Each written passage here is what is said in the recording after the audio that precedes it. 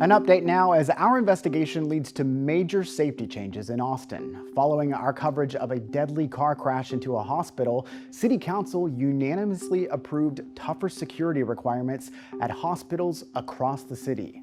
Investigator Matt Grant was at City Hall as leaders publicly credited our team's reporting for what's being called a life-saving measure.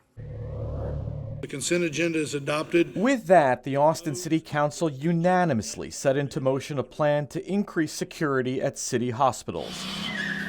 It comes 5 months after a drunk driver died, crashing into the ER lobby at St. David's North Austin Medical Center, seriously injuring 5 others. Since then, St. David's installed vertical security barriers, called bollards, at its ER entrance, something our ongoing investigation found could have prevented this and more than 300 similar crashes at medical facilities across the country in the last decade. I also want to give a special thank you to KXAN's Matt Grant, who's in the back of the room. His diligent investigative coverage brought this issue to light. Councilmember Mackenzie Kelly drafted the resolution in response to our reporting. It calls for a code amendment to require crash-rated bollards at all new hospitals.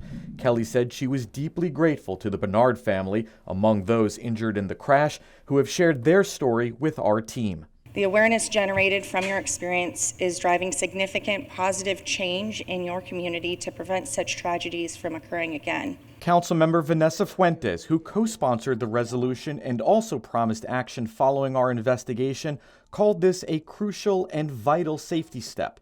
The city will now examine incentivizing existing hospitals to voluntarily install bollards and, in some cases, trigger a requirement when new permits are filed. St. David says it will work with policymakers to ensure compliance with any new laws.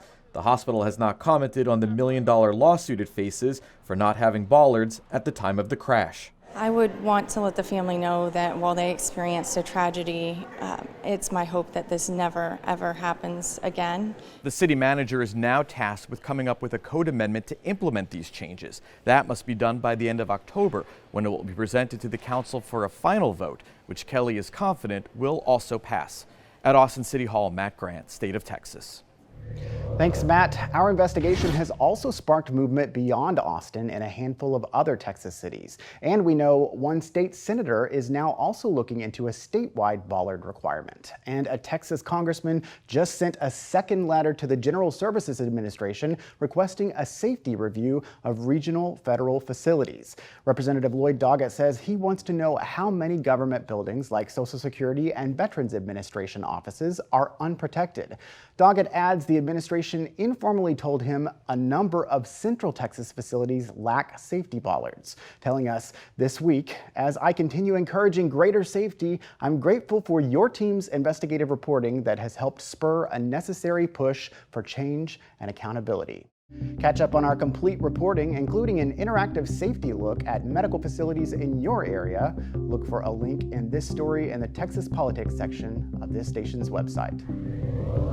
It's not that money's determinative, but without it, you can't compete. Campaign finance, an in-depth look at where the cash comes from, where it flows, and the big donor backing former President Trump.